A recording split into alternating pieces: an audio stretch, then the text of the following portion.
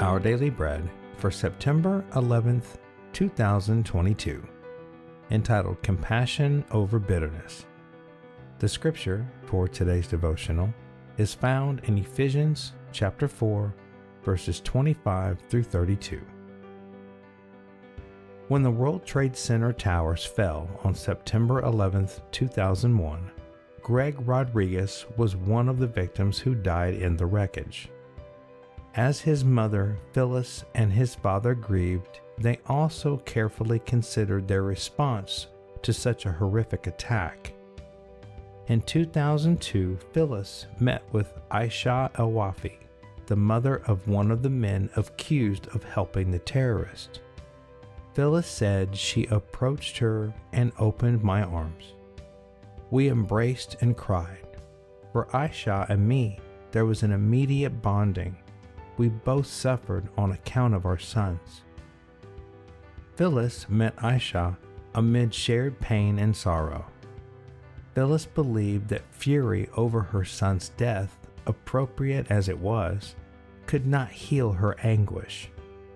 Listening to Aisha's family story, Phyllis felt compassion, resisting the temptation to view them merely as enemies.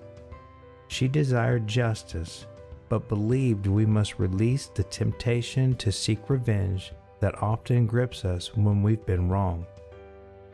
The Apostle Paul shared this conviction, admonishing us to get rid of all bitterness, rage, and anger, along with every form of malice. As we relinquish these destructive powers, God's Spirit fills us with new perspective.